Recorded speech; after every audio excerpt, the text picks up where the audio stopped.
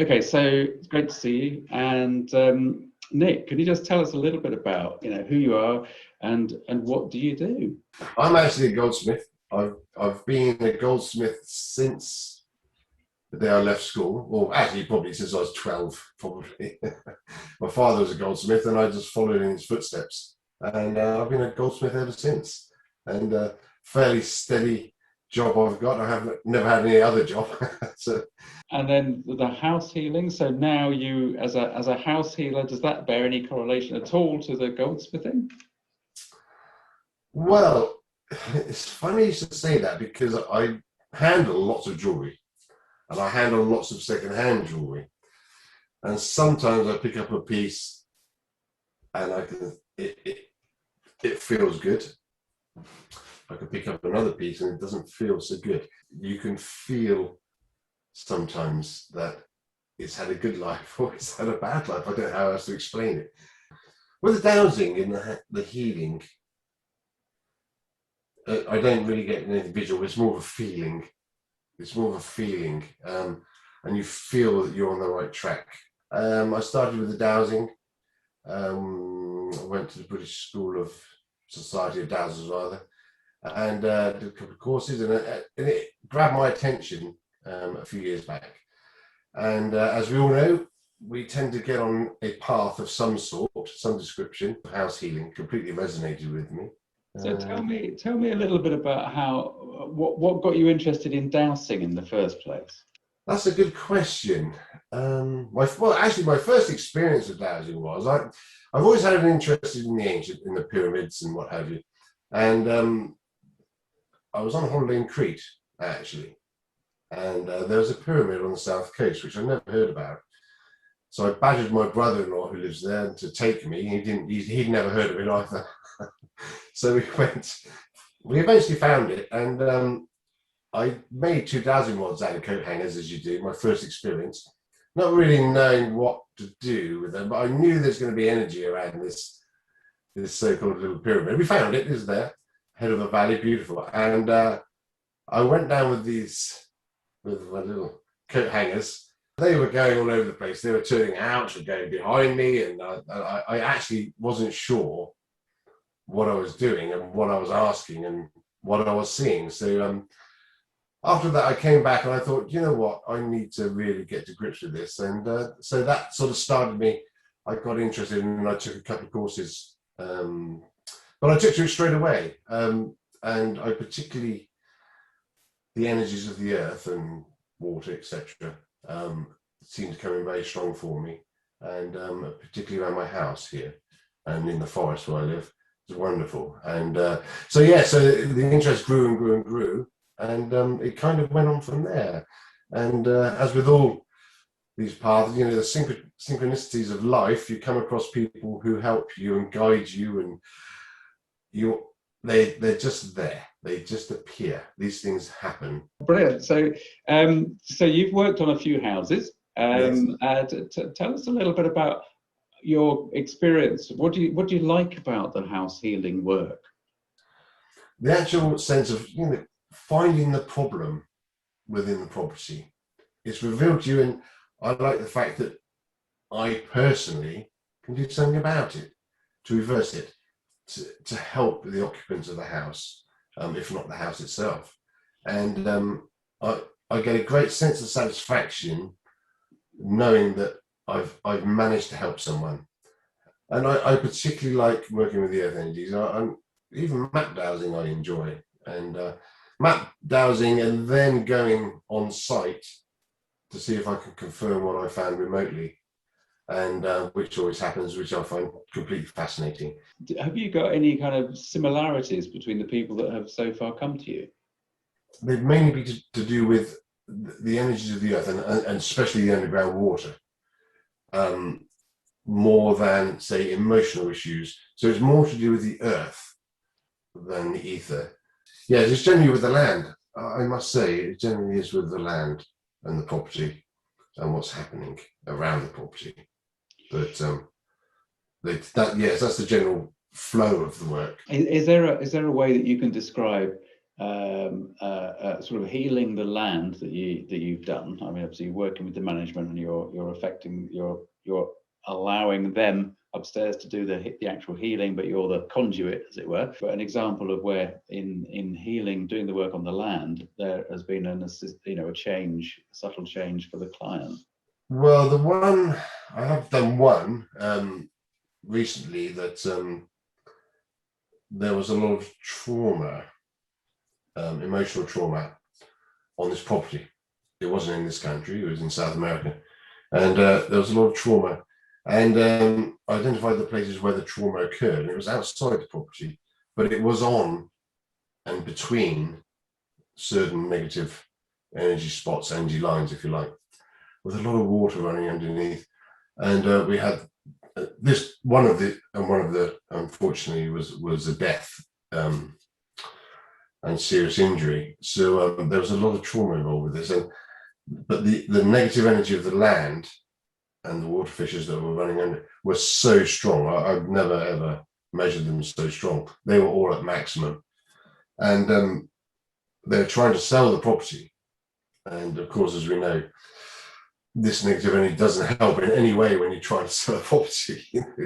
So they asked me if I could address it, and which I did. And I worked obviously with the management, as we like to call them, above, and channeled and reversed the polarity of this negative energy. And lo and behold, as a result, as quite often happens, here we go. They're just about to complete on the sale. So and it's been up for sale for nearly 3 years.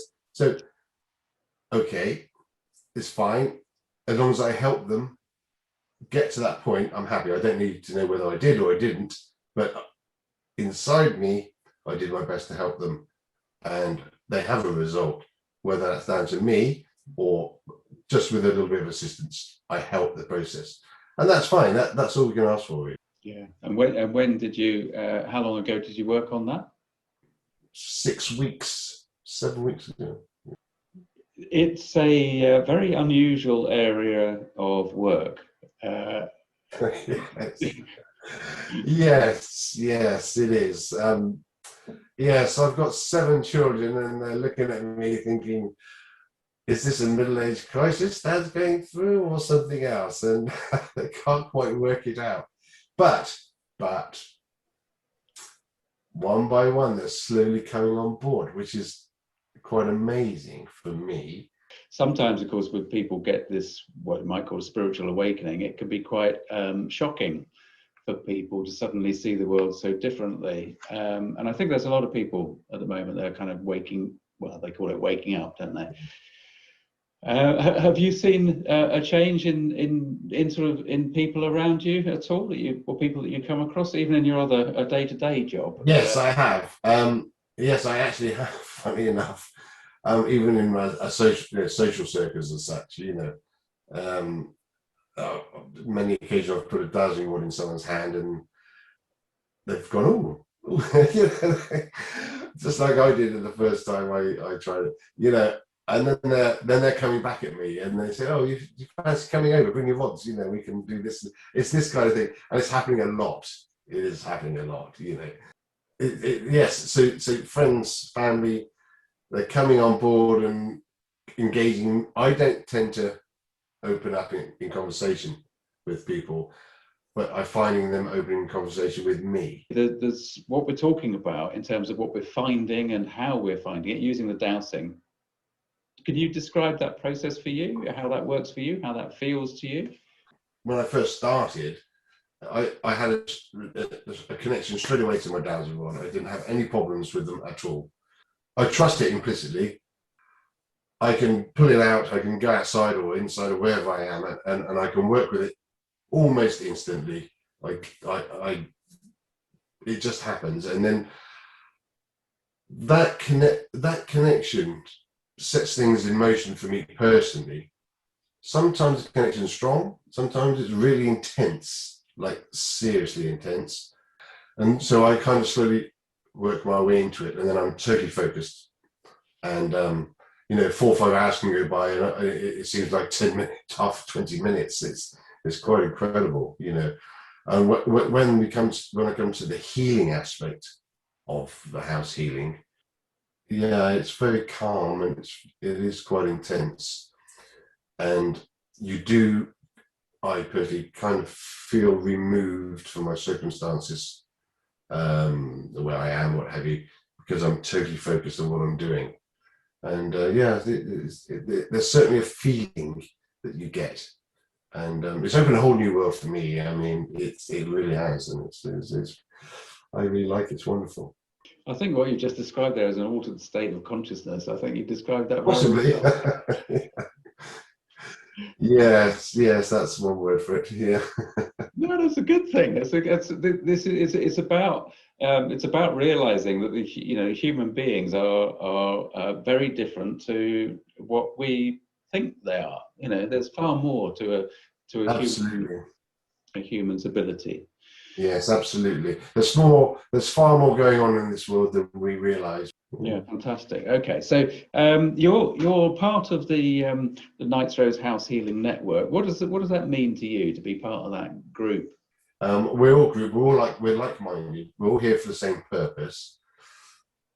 Although we all come from maybe possibly slightly different angles, which is fantastic. So we have all the facets at the same time, all the same facets of what we need, and we can call on each other if we're a little bit stuck on certain aspects of the healing work, which is, again, great for your confidence, because you can just move forward knowing you have assistance if you need it, or if you have a problem, which happens, you know. I think that there are a lot of movements around the world that are doing similar things, bringing people together, focusing on the positive, and I think that's what we're seeing. I think we're seeing out there. We're seeing a healing process occurring, and healing isn't necessarily a lovely, smooth, comfortable process. Excellent. Okay, last question. Do you feel as though you have any particular sort of clients, any particular type of client or work that you would want to be looking out for, or encouraging people to come to you with a particular set of issues, should we say? I feel I'm drawn more to the ground, to the earth, and what that's throwing up and showing me. And it really does in many ways, yeah. But so yes, more problems with I had a customer who was having accidents on an ancient mill. I think we might have talked about this before, and these accidents were occurring on these really strong negative underground fissure water lines, and directly on top of them. I mean, I did this remotely, and when we went to site, it was a big site, several acres. I said, well, there's a problem here, and of course, well, that's where this accident happened. and it reinforces what you've found. It gives you confidence to take that to the next level, you know. And so quietly you go, okay, that's great, we're on the right track. So then, like I say, it gives you the confidence to take it to the next level and see what else is going on. And but as you know, it takes a lot of hours to investigate everything. It really does. But it's worth it. It's worth it.